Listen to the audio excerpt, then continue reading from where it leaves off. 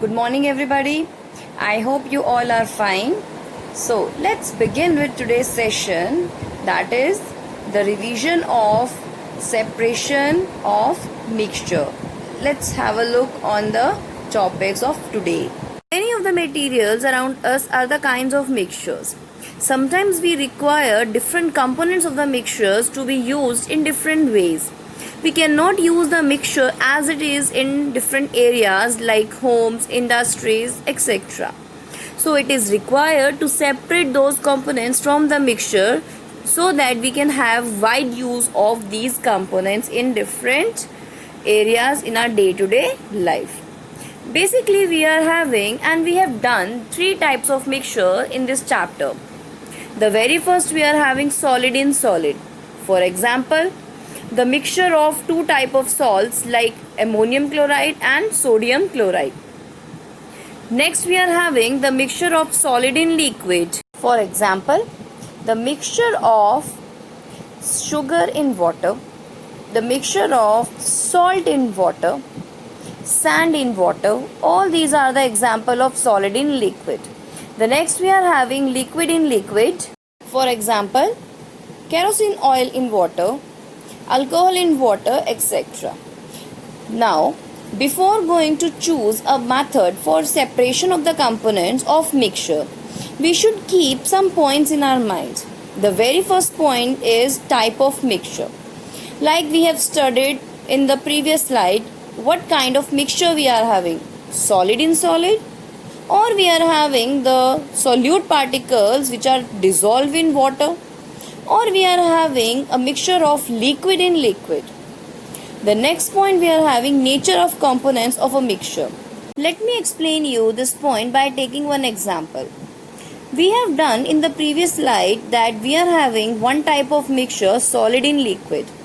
Here we can have two type of solids. One which can be completely dissolved in the solvent like salt, sugar, etc.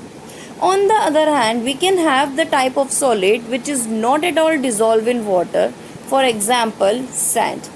So for both type of solid, we need to take different type of methods for the separation of the components. The next point, we are having principle of technique. A very important point, as I have told you in previous videos also. Before going for the method of separation, we should know about the principle of that particular technique, which helps you to choose your method of separation. For example, we are having the mixture of two miscible liquids, and we know that there is a sharp difference in their boiling points as well. So, on the basis of the difference in the boiling points, we can have the technique of fractional distillation to separate them out. If we know the principle of a particular technique, then we can easily choose a method of separation. Now, let's discuss some of the methods which are used to separate different type of mixture. And the very first type of mixture, we are having solid in solid. Let's have a look on the methods. The first, we are having magnetic separation.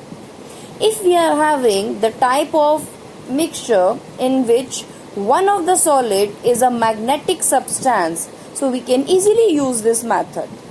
For example, if suppose we are having the mixture of iron and sulfur, we can use the magnet. If we move the magnet over the mixture, the iron can be easily attracted towards magnet and get separated, and sulfur is left behind. So here we are using the principle of magnetic separation.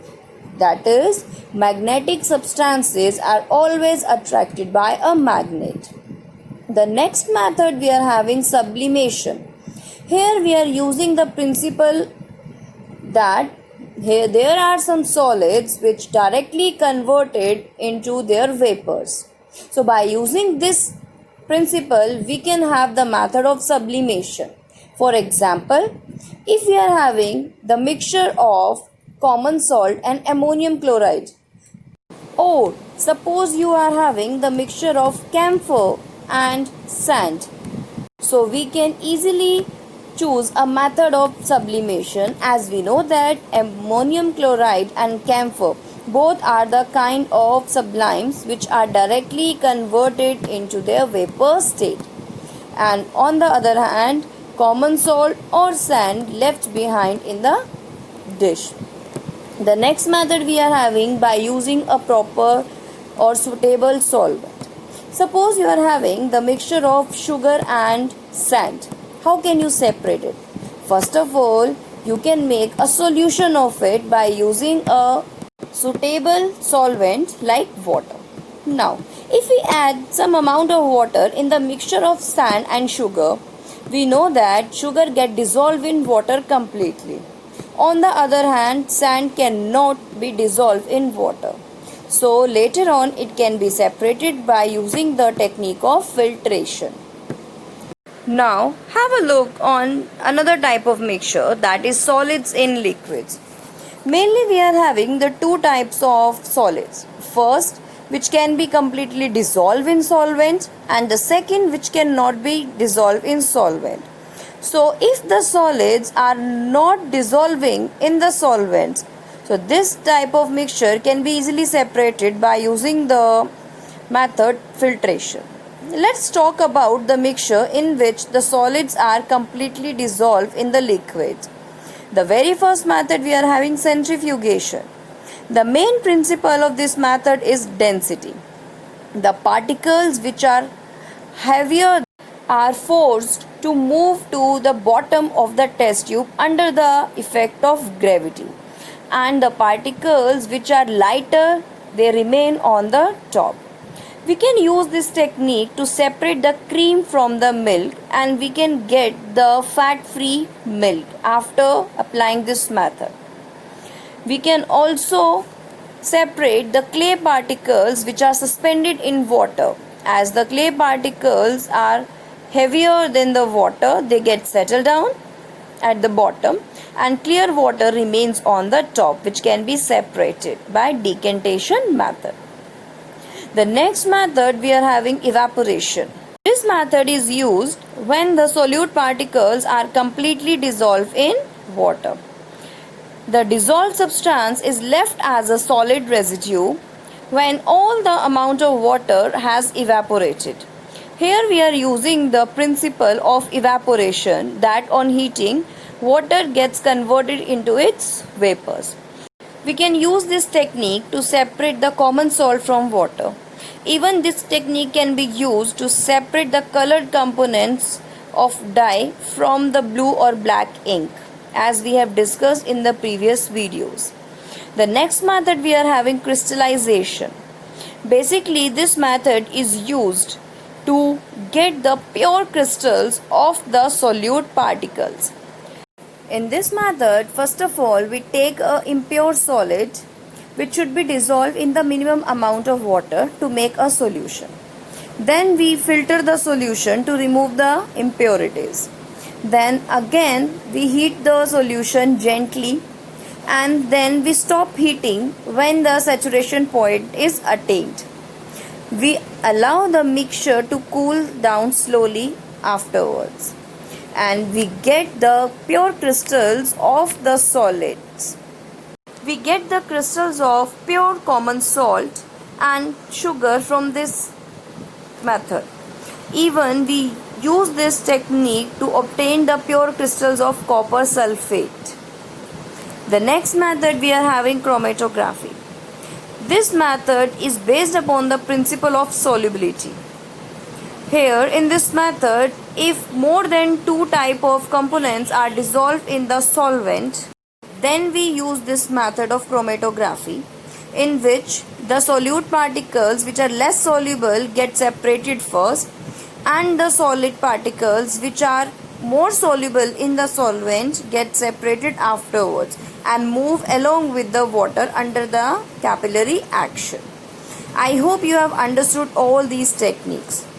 The next we are having the method of separation of liquid from liquid.